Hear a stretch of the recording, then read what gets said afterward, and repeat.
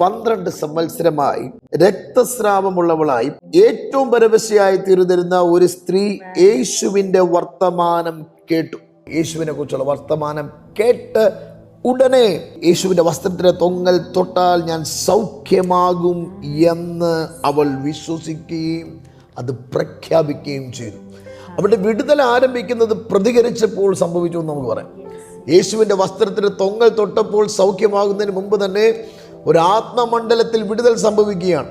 അവൾ പ്രതികരിക്കുവാൻ തയ്യാറായപ്പോൾ, ഇന്ന് ഈ സമയത്ത് ദൈവവചനം നിങ്ങൾ കേട്ടുകൊണ്ടിരിക്കുമ്പോൾ ഭവനത്തിലിരുന്നോ, വാഹനത്തിലിരുന്നോ, വഴിയോരങ്ങളിലിരുന്നോ, അല്ലെങ്കിൽ ഒരു ഹോട്ടൽ റൂമിലിരുന്നോ, അല്ലെങ്കിൽ എന്ത് ചെയ്യാൻ പറ്റും എന്നുള്ള ആശങ്കയിൽ വെറുതെ ഈ ചാനൽ ഒന്ന് സ്വിച്ച് ചെയ്തപ്പോൾ അറിയാതെ നിങ്ങൾ കണ്ടതായിരിക്കാം ഈ ചാനൽ.